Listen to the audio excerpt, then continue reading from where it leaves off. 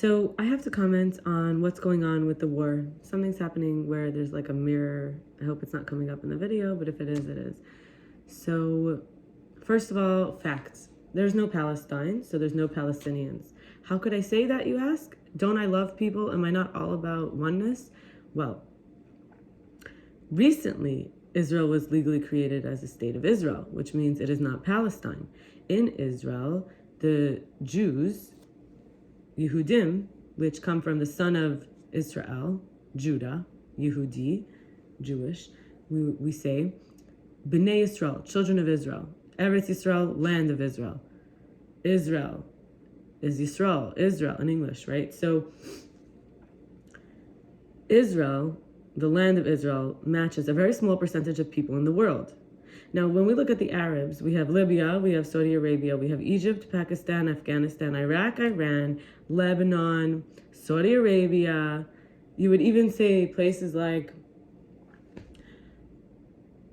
Yemen, Morocco, and tons of other places around there that are housing tons of Arabs. If these people are the people of the Arabs, if these are Muslims, why don't they care about their own people? If they are without a place to live, why are the Israelis in Israel with a tiny land amid all these massive territories using resources like electricity and water for free, while Bill Gates is giving tons of exorbitant sums to Palestinians? Why are the Israelis having to take care of the Muslims inside of Israel when there is no Palestine? There was never a Palestine. Now let's go back further. Fine, so we have one argument here. The state of Israel is for Israel. Who is Israel? Bnei Israel. There's no reason to separate the Jews from the Bnei Israel.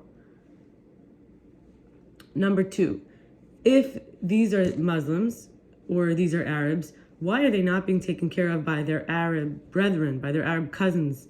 Why are they leaving them there in a place where they consider the people that they're living with an enemy?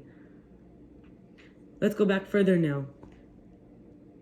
God commands the Jews to live in Israel. God says, I gave this land to these people. I'm taking it away from them. Now I'm giving it to you.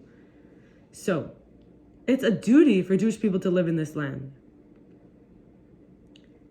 If you don't believe that God did it, it's still the oldest book that we have that says exactly who's supposed to live there. So even if you think it was written by humans, which Jewish people do not believe, but even if you think it was written by humans, it says very clearly that the Jews have a duty. They're commanded to live in Israel. It's their land. In fact, it's not negotiable. It says if you don't want to be spit out, vomited, the land will reject you, then don't do these things.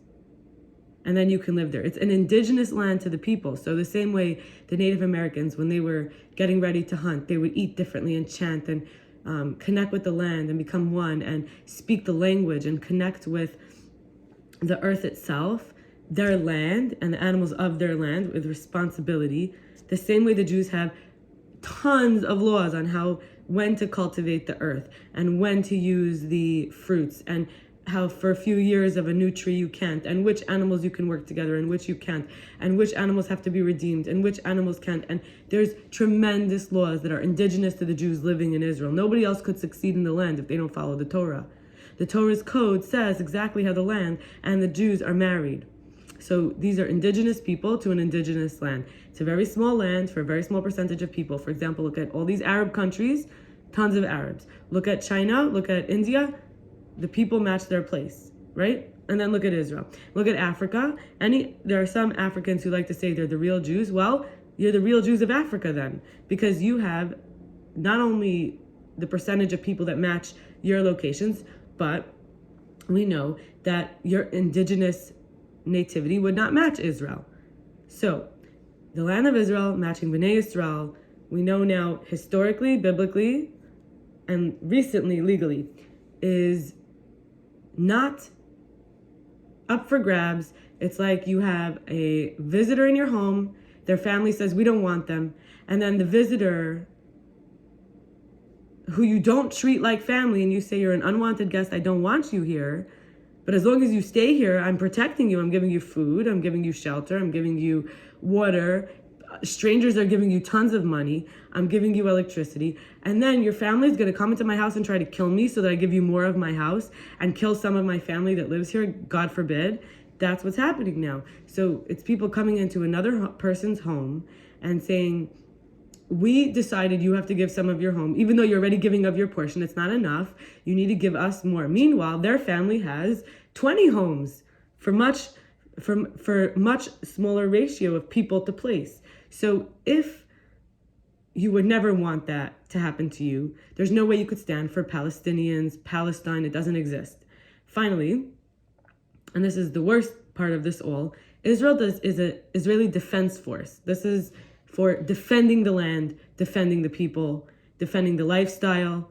We all know that Israelis are extremely interested in business, in information technology, in hospitals and medicine, in universities, and at the same time,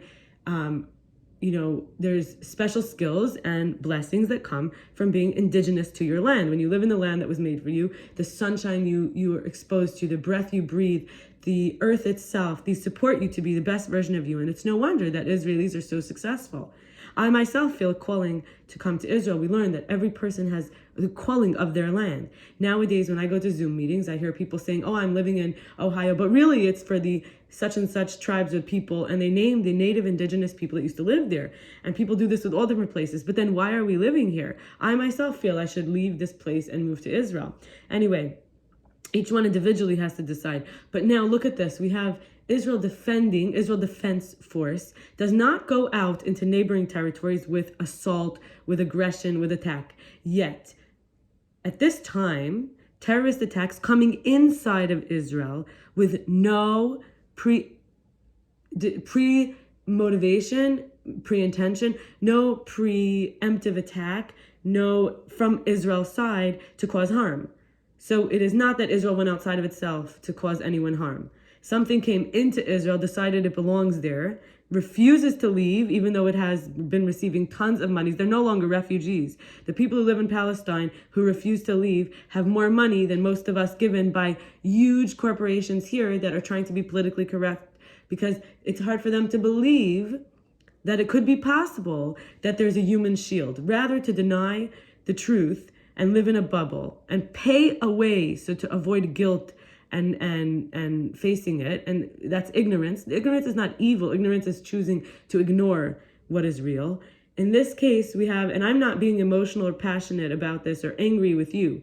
I'm sharing with you the basic facts in order to get through to people who actually are thinking clearly. I'm not willing to be your friend if you are somebody who is supporting terrorism, because I don't want to get attached to you and it's going to happen to you. I'm not willing to be a lover to you if you're somebody who says it's okay for a group of people to come in and slaughter babies and shoot up old people and take them as hostages and torture and rape women and do this in the middle of the night as a surprise early in the morning, and to jump on college kids who are celebrating at a festival on a holiday, a holy day where Jews are celebrating the Torah, doing our own personal thing. And if you support that and you want to be involved in that, it's going to happen to you. I don't want to care about you. So I'd rather cut myself off from you and say you have your portion. You want to choose evil, then you will have evil come on you. I don't want to have to care about you. I don't want to love you. I don't want to worry about you. I don't want to feel tied up with you. At this point, we learn from Torah, do good and turn away from evil. So people think we have to turn away and just pretend it didn't happen. But what does it actually mean? It means turn away from the evil. So if you are saying that, I didn't know that what Hamas or the terrorists were doing to Israel was going to come to the rest of the world. I thought that was just the scapegoat. But then no, after Chas v'Shalom, God forbid, violation of the wholeness, it will not be. But for example, hypothetically, if Hamas got their way and killed out so many people in Israel that they then could move on to the next target, it would be another country. It would be more and more countries. They've said this very clearly, what their agenda is, to be a world domination with a dictatorship, and they're willing to use forces of terror. The very fact that they had video cameras and exposed people to violating scenes that in the Western culture we call horror movies, gore, and people sit in the theater when they used to watch them, like me as a teenager. I shouldn't have done it, but like we did it. We thought it was exciting to sit on the edge of your seat knowing you're safe.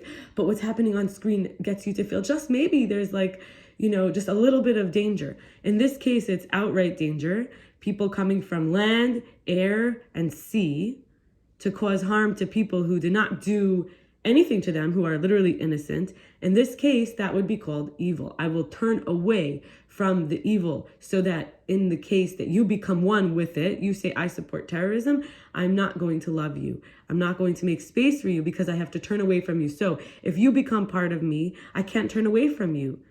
Everywhere I look, there you are. So I'm turning away from the evil, which means here that you, if you choose to be okay with it, it'll happen to you. You're signing off and saying that these kind of activities are okay, which means that you are part of the problem. So if I turn away from you, that means that I do not in any way vest you with any of my life force energy, any of my love, any of my presence or attention, or my desire for your well-being. And this is the highest level of peace. So in order to be whole, we cannot have an inner conflict. And I will end with this now, and may all who support terrorism be destroyed by their own terror. May all who violate the peace be violated until they are removed. And may all who attack the innocent and blame with a human shield of distraction those who have been protecting their people until now and say, we will now hurt you for not giving us what is yours. May all those people lose their portion forever, because at that point, it's never enough. These are not curses.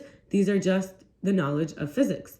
And if we cannot destroy or create energy, it just can be transferred, or we could transform it, then this is inevitable.